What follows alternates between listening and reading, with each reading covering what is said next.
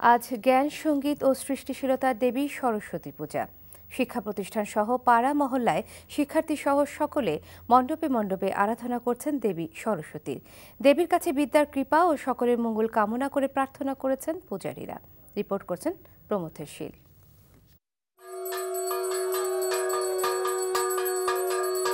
সরস অর্থ বহমান নদী, আর ওয়াতি মানে রমণী। গতিময় নদীর মতো জ্ঞানের অধিষ্ঠাত্রী দেবী সরস্বতী পূজিত হন মাঘ মাসের শুক্লা পঞ্চমী তিথিতে। রাজধানী জগন্নাথ বিশ্ববিদ্যালয় সহ পাড়া মহল্লায় পূজার আয়োজন করা হয়েছে মহাসমারোহে।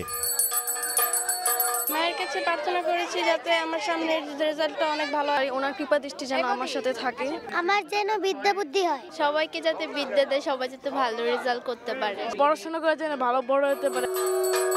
মন, জ্ঞান, প্রজ্ঞা ও আমিত্ব মানুষের এই চারটি গুণের ধারক দেবীর পায়ে শিক্ষার্থীদের সাথে বিভিন্ন বয়সের মানুষ নিবেদন করেছেন অঞ্জলি, চেয়েছেন কৃপা।